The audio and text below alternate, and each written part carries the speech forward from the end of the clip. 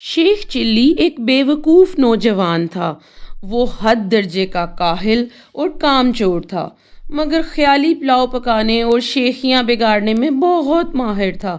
اس کا بوڑھی ماں کے سوا اور کوئی نہ تھا۔ ماں بھی شیخ چلی کی ان حرکتوں کی وجہ سے بہت پریشان رہتی تھی اور چاہتی تھی کہ وہ کوئی کام کاج کر کے گھر کے حالات بدلے، مگر شیخ چلی کو تو صرف بڑے بڑے خواب دیکھنے کی عادت تھی۔ شیخ چلی کا اصل نام محمد رمضان تھا۔ شیخ چلی اپنے گھر میں بیٹھا خیالی منصوبے بنا رہا تھا۔ ماں ایک ٹوکری ہاتھ میں لیے کمرے میں داخل ہوتی ہے۔ ماں غصے سے، ارے کم بخت نکھٹو، سارا دن یوں ہی گھر میں پڑا رہتا ہے، کوئی کام کاج بھی کر لیا کر۔ شیخ چلی مسکرا کر، ناراض کیوں ہوتی ہیں امی جان؟ آپ دیکھیے گا ایک دن آئے گا جب ہر جگہ آپ کے بیٹے کے چرچے ہوں گے۔ آپ جہاں سے گزریں گی لوگ کہیں گے وہ دیکھو شیخ چلی کی ماں جا رہی ہے۔ ماں ماتھے پر ہاتھ مار کر، وہ تو اب بھی کہتے ہیں وہ دیکھو شیخ چلی کی ماں جا رہی ہے، جس کا بیٹا کام کا نہ کاج کا، دشمن اناج کا۔ شیخ چلی ماں کو دلاسا دیتے ہوئے، ارے ماں آپ بالکل فکر نہ کریں، سب بڑے لوگوں کو پہلے طنز کا نشانہ بنایا جاتا ہے، ان کا مذاق اڑایا جاتا ہے، پھر ایک دن ایسا بھی آتا ہے۔ ماں شیخ چلی کی بات کاٹ کر، مگر آج ایسا دن آ گیا ہے کہ گھر میں پکانے کے لیے آٹے کی چٹکی بھی نہیں ہے۔ بڑی مشکل سے مرغی کے یہ درجن انڈے جمع کیے ہیں، انہیں جا کر بازار میں بیچ آؤ تاکہ کچھ پیسے آئیں اور کھانے پینے کا کچھ بندوبست ہو سکے۔ انڈوں کی ٹوکری شیخ چلی کو دیتی ہیں۔ شیخ چلی فرما برداری سے، اچھا اماں جان، میں یوں گیا اور یوں آیا، اور ٹوکری لے کر باہر نکل جاتا ہے۔ شیخ چلی راستے سے گزر رہا تھا۔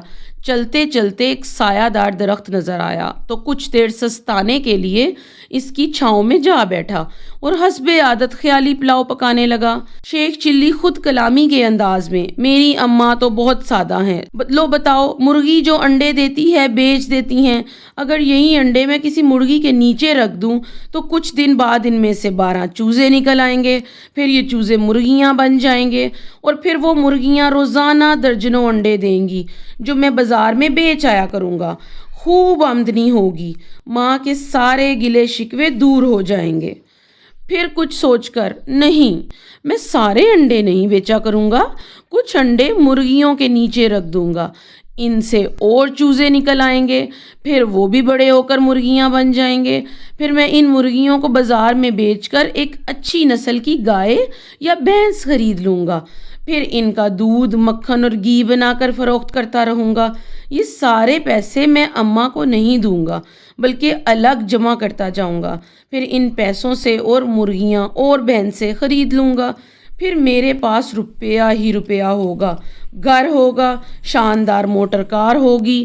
پھر کچھ سوچ کر شرماتے ہوئے، پھر میری کسی اچھی سی لڑکی سے شادی ہو جائے گی، دعوت ہوگی، بہت سارے لوگ آئیں گے، شاندار کھانے پکیں گے، پھر لوگ میری شان دیکھ کر حیران ہوں گے، سارے زمانے میں میرا نام ہوگا، لوگ مجھے شیخ چلی صاحب، شیخ چلی صاحب پکاریں گے، اور اگر کسی نے مجھے صرف شیخ چلی کہا تو میں اسے ایک لات رسید کر دوں گا۔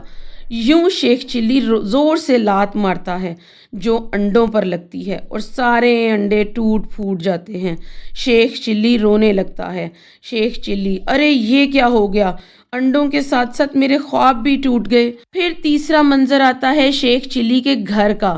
ماں خوش ہو کر، آ گیا میرا لال، لا جلدی سے پیسے دے، کچھ کھانے پکانے کا بندوبست کروں۔ شیخ چلی خاموشی سے انڈوں کی ٹوکری ماں کے سامنے کر دیتا ہے۔ ماں ٹوٹے انڈے دیکھ کر بہت غصے میں آ جاتی ہے۔ ماں غصے سے، کم بخت، تیرا ستیہ ناس، سارے انڈے توڑ ڈالے۔ شیخ چلی معصومیت سے، مایوسی کفر ہے، اور آ جائیں گے امی جان۔ ماں غصے سے جل کر، ارے کم بخت مارے، اب انڈے تو دے گا کیا؟ شیخ چلی خیالی پکاؤ پکاتے ہوئے، ایک دن آئے گا کہ اس گھر میں ہر طرف روپیہ ہی روپیہ ہوگا اور آپ کو روپیہ رکھنے کے لیے جگہ بھی کم پڑ جائے گی۔